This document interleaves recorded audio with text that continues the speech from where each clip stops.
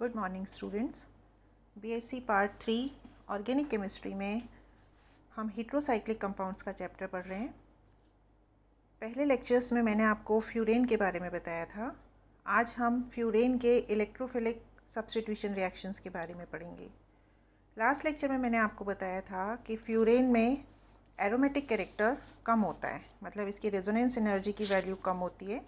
और aromatic character कम होने का रीज़न भी आपको बताया था कि ऑक्सीजन क्योंकि एक इलेक्ट्रोनेगेटिव एटम है, तो वो अपने लोन पेयर ऑफ इलेक्ट्रॉन्स को रिंग के अंदर डीलोकलाइज होने के लिए इजीली नहीं देता है। इस वजह से थायोफीन और पायरॉल के कंपैरिजन में फ्यूरेन में एरोमेटिक कैरेक्टर कम होता है। क्योंकि इसमें एरोमेटिक कैरेक्टर कम होता है, इसलिए इसकी रिएक्टिविटी ज़्यादा होती है। इसके अलावा फ्यूरेन में एक और इम्पॉर्टेंट कैरेक्टर है कि जब हम इसका रिएक्शन कॉन्सनट्रेटेड एसिड्स की प्रेजेंस में कराते हैं तो ये जो प्रोडक्ट बनता है वो बहुत जल्दी पॉलीमराइज हो जाते हैं। ये रीज़न्स हैं जिनकी वजह से इलेक्ट्रोफिलिक सब्स्टिट्यूशन रिएक्शन फ्यूरेन में बहुत इजीली नहीं हो पाता। यदि हमें इसमें इलेक्ट्रोफिलिक सब्स्टिट्यूशन रिएक्शन कराने हैं तो हमें स्पेशल कंडीशंस क्रिएट करनी होती हैं। जैसे हम रिंग में पहले से ही कोई -I इफ़ेक्ट वाला ग्रुप जोड़ दें, तब सब्स्टिट्यूशन रिएक्शंस कराए जा सकते हैं। तो फ्यूरेन के substitution reaction, electrophilic substitution reaction कराने के लिए हमें कुछ कंडीशंस को क्रिएट करना पड़ता है। अब हम कुछ एग्जांपल्स पढ़ेंगे जिसमें हम फ्यूरेन के इलेक्ट्रोफिलिक सब्स्टिट्यूशन रिएक्शंस को पढ़ेंगे। जो फर्स्ट एग्जांपल है वो है नाइट्रोफ्यूरेन हम किस तरह बनाएं। मतलब यहाँ इलेक्ट्रोफाइल एक नाइट्रोनियम आयन है जो सबसे पहले फ्यूरेन के ऊपर अटैक करता है। तो नाइट्रो ग्रुप को फ्यूरेन में इंट्रोड्यूस कराने के लिए एसिटिल नाइट्रेट के साथ हम फ्यूरेन का रिएक्शन कराते हैं। ये एसिटिल नाइट्रेट है, इसके साथ फ्यूरेन का रिएक्शन कराने पे सेकेंड पोजीशन पे नाइट्रो ग्रुप इंट्रोड्यूस होता है और हमको 2 नाइट्रोफ्यूरेन प्रोडक्ट मिलता है। अगर हम सल्फोनिक ग्रुप को इंट्रोड्यूस कराना चाहते हैं तो हमें पिरीडीन की प्रेजेंस में सल्फ़र ट्राइऑक्साइड के साथ फ्यूरेन का रिएक्शन कराना होता है। यहाँ फ्यूरेन का रिएक्शन हमने सल्फ़र ट्राइऑक्साइड के साथ पिरीडीन की प्रेजेंस में कराया, तो सेकेंड पोजीशन पे SO3H ग्रुप इंट्रोड्यूस हो गया और हमें प्रोडक्ट फ्यूरेन 2 सल्फोनिक एसिड मिला। इसी तरह हेलोजिनेशन, फ्यूरेन की हेलोजन्स के साथ रिएक्शन हो तो जाती है, लेकिन जो प्रोडक्ट बनता है उसका पॉलीमराइजेशन हो जाता है। इस वजह से जो हम प्रोडक्ट चाहते थे, जो डिज़ायर्ड प्रोडक्ट होता है, मतलब जिसके अंदर हेलोनियम आयन इंट्रोड्यूस हो, वैसा प्रोडक्ट हमको नहीं मिल पाता।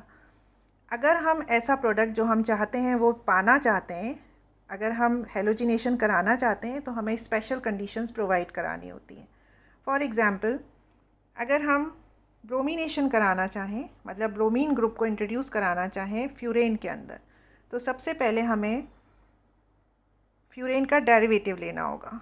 मतलब फ्यूरेन के अंदर एक ऐसा ग्रुप जो बहुत स्ट्रॉन्ग -I इफ़ेक्ट वाला हो, जैसे carboxylic acid group COOH group.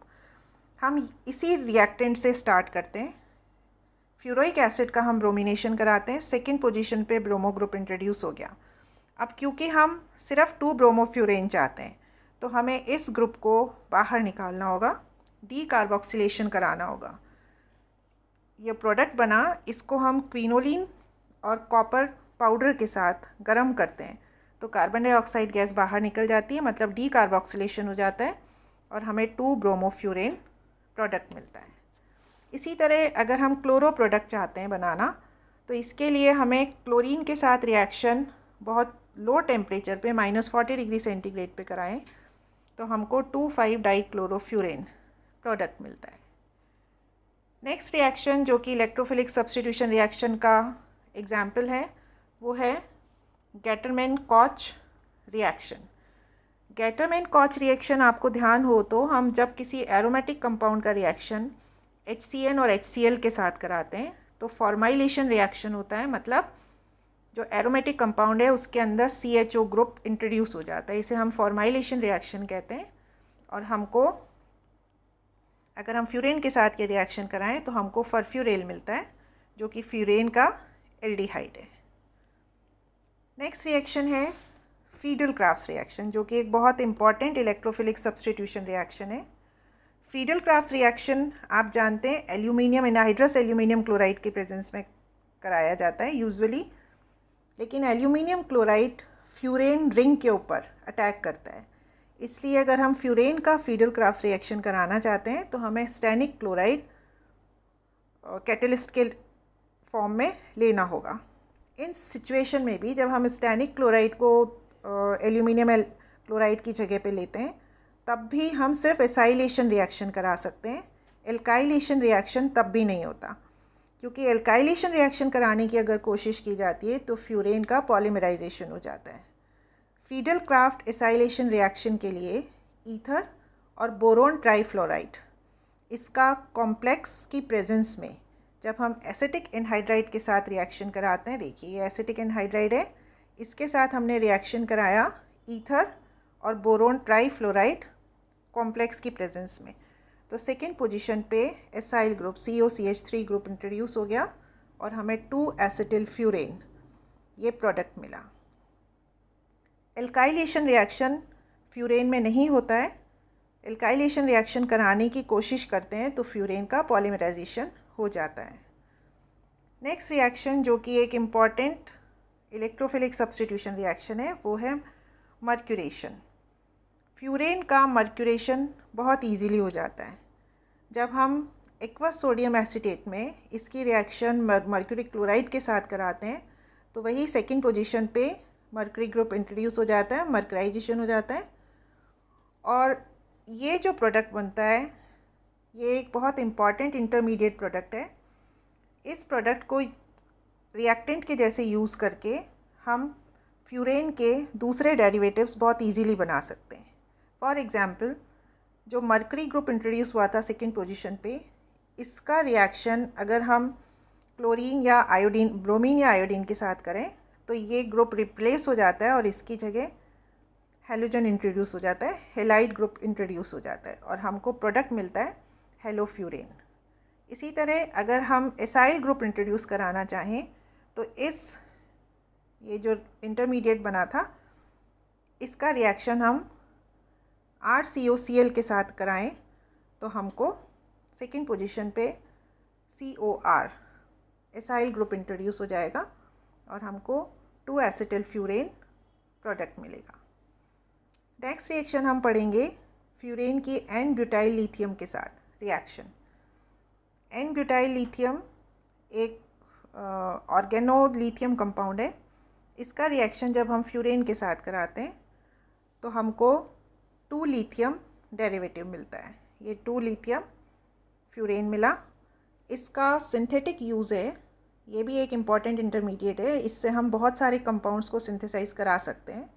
Example, अगर हम फ्यूरोइक एसिड बनाना चाहें तो इस ऑर्गेनोलिथियम कंपाउंड का रिएक्शन हम कार्बन डाइऑक्साइड के साथ अगर कराते हैं तो सेकंड पोजीशन पे COOH ग्रुप इंट्रोड्यूस हो जाएगा और हमें फ्यूरोइक एसिड प्रोडक्ट मिलेगा।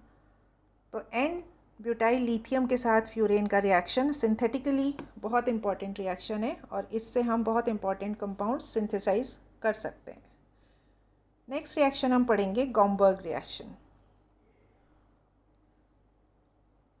ये है गॉम्बर्ग रिएक्शन।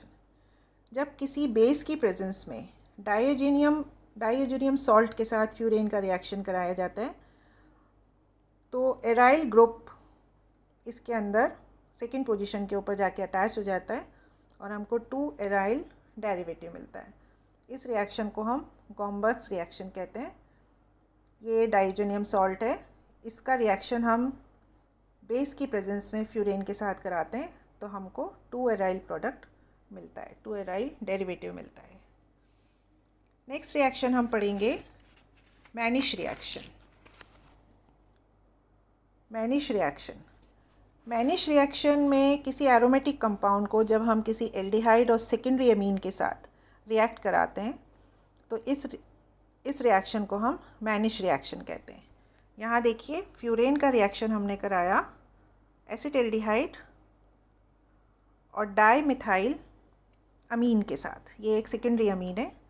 इसके साथ जब हम रिएक्शन कराते हैं तो हमको प्रोडक्ट मिला डाईमिथाइल अमीनो, ये इथाइल फ्यूरेन। इस रिएक्शन को हम कहते हैं मानिश रिएक्शन। नेक्स्ट रिएक्शन हम पढ़ेंगे थर्ड। अभी तक जो मैंने आपको बताया ये सब इलेक्ट्रोफिलिक सब्स्टिट्यूशन रिएक्शंस के एग्जाम्पल्स थे। अगर फ्यूरेन के इलेक्ट्रोफिलिक सब्स्टिट्यूशन रिएक्शन पे नोट लिखना आता है तो आपको ये सभी एग्जाम्पल्स उसके अंदर बताने होंगे। नेक्स्ट रिएक्शन है कि फ्यूरेन से हम थायोफीन और पायरॉल किस तरीके से बना सकते हैं। अगर हम किसी ऐसा रिएजेंट लें जिससे थायोफीन और पायरॉल बनाया जा सकता है और सिचुएशंस को, कंडीशंस को ऑप्टिमम रखें, तो हम फ्यूरेन से थायोफीन और पायरॉल प्राप्त कर सकते हैं। ये फ्यूरेन है, इसका रिएक्शन P4S7 के साथ जब फ्यूरेन को गर्म किया जाता है तो थायोफीन प्रोड्यूस होती है। इसी तरह अमोनिया के साथ जब इसका रिएक्शन कराया जाता है 450 डिग्री सेंटीग्रेड्स पे एल्यूमिनियम ऑक्साइड के प्रेजेंस में, तो पायरॉल का निर्माण होता है। इस तरह हम फ्यूरेन से थायोफीन और पायरॉल, जो 2 और 5 मेंबर्ड हेट्रोसाइक्लिक कंपाउंड्स हैं, उनको प्रोड्यूस कर सकते हैं। ये फ्यूरेन के केमिकल रिएक्शंस थे। नेक्स्ट जो लेक्चर होगा उसमें हम थायोफीन के बारे में पढ़ेंगे। Thank you.